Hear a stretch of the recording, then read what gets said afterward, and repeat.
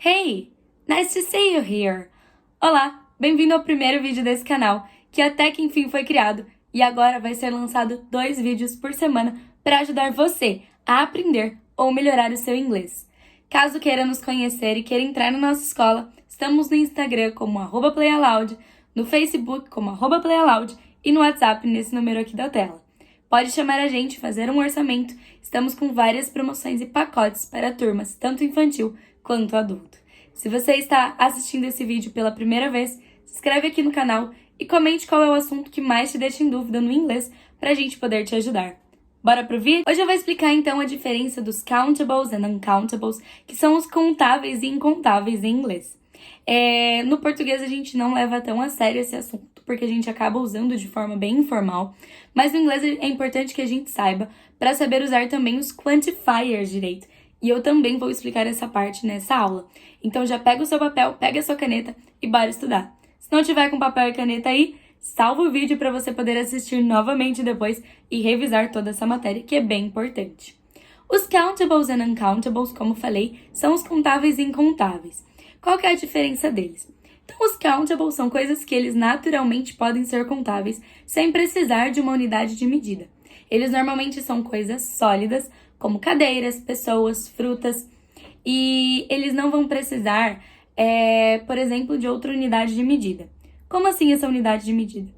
Os incontáveis, como a água, por exemplo, precisam de uma unidade de medida para ser contados. Por exemplo, 1 copo de água, 2 copos de água. Por mais que no cotidiano a gente use uma água, 2 águas, essa forma não mostra exatamente qual é a quantidade de água que a gente está usando. E por isso a gente não pode falar que a água é contável. Então, ela se encaixa nos incontáveis. Outro exemplo é o dinheiro. E esse é um exemplo que sempre deixa os alunos confusos. Por quê? O dólar, o real, eles são contáveis. A gente consegue falar 2 reais, 3 reais, 5 dólares.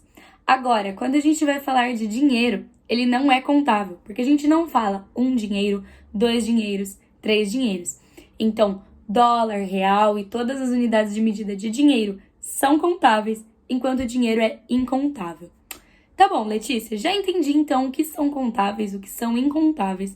Agora eu quero que você me explique para que eu preciso saber isso, já que no português eu não uso para nada. Bom, vamos lá. No inglês a gente usa uma coisa chamada quantifiers, que são aquelas palavrinhas que vêm antes e mostram a quantidade. Por exemplo, nenhum, algum, alguns, muitos. No inglês, por exemplo, quando a gente quer perguntar quantos, existem 2 formas, que é o how many e o how much. E a diferença entre how many e how much é quantos e quanto, e são usados para contáveis e incontáveis. O how many significa quantos e é usado para contáveis. Por exemplo, how many people are there in the room? Quantas pessoas existem nessa sala? Já o much é usado para incontáveis. Por exemplo, how much money do you have? Quanto dinheiro você tem? Percebe que no many eu usei quantos e no much eu usei quanto? Porque tem essa parte do contável e incontável. Outro exemplo que eu posso te dar. How many apples did you eat today? Quantas maçãs você comeu hoje? Já com o much, how much water did you drink today? Quanto de água você bebeu hoje? Então, é para isso que é usado. Além do how many e do how much, a gente também tem o some, o any, o a e os numbers, que são os números. A gente vai usar o some sempre que a gente estiver falando de incontáveis e de contáveis no plural. No print, você viu o exemplo. I need some cookie dough. I need some cookie dough. Eu preciso de um pouco de massa de cookies. Percebe que ele é incontável? Então, por isso, mesmo que seja muito pouco, eu preciso usar o some, que tem o sentido de um pouco, de algum.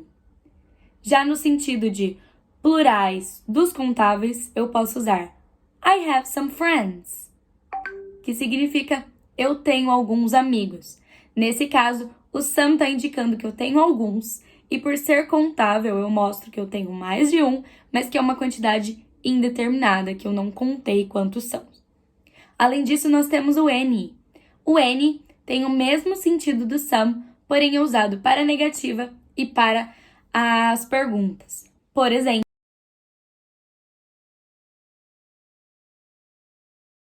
nesse caso, o exemplo de N para incontáveis, uncountables, seria I didn't have any water today. Eu não tomei água hoje. Ou Do you have any water with you? Você tem um pouco de água com você? O N, nesse caso, também pode ser usado para contáveis. Por exemplo, Do you have any apples on the table? Você tem alguma maçã em cima da mesa? Ou I don't have any friends. Eu não tenho nenhum amigo. Tá vendo como eu consegui usar o N tanto para os contáveis quanto para os incontáveis? Agora, o próximo exemplo seria o artigo um ou uma, que seria o a ou a. E aí, nesse caso, a gente só pode usar com contáveis, porque a gente está falando da quantidade 1. Vou deixar aqui o exemplo para vocês na tela. O uso do a ficou I have a friend with me. Eu tenho um amigo comigo. Além desses quantifiers, também existem o a few, o a little e o a bit. O a few e o a little, eles são usados também da mesma forma que o many e o much são separados para contáveis ou incontáveis. O a few significa poucos e o a little significa um pouco ou pouco. Por exemplo, o a few é usado com contáveis. Um exemplo disso seria I have few relatives in Brazil. Eu tenho poucos parentes no Brasil. Já para o incontável, seria o a little. Por exemplo, I have a little money on my pocket. Eu tenho um pouco de dinheiro no meu bolso. Ok? Bom, o que eu tinha para explicar para vocês sobre countable and uncountable era isso. Espero que vocês tenham gostado e tenham entendido. Qualquer dúvida vocês podem deixar nos comentários ou mandar um direct pra gente lá no Instagram, em @playaloud. Aproveitem para deixar nos comentários também os conteúdos que vocês têm dúvida e querem aprender no inglês, ok? Caso você seja iniciante, eu recomendo que você assista essa aula e siga também a gente lá no Instagram, porque eu tô sempre postando Reels novos para ajudar vocês com coisas básicas ao avançar.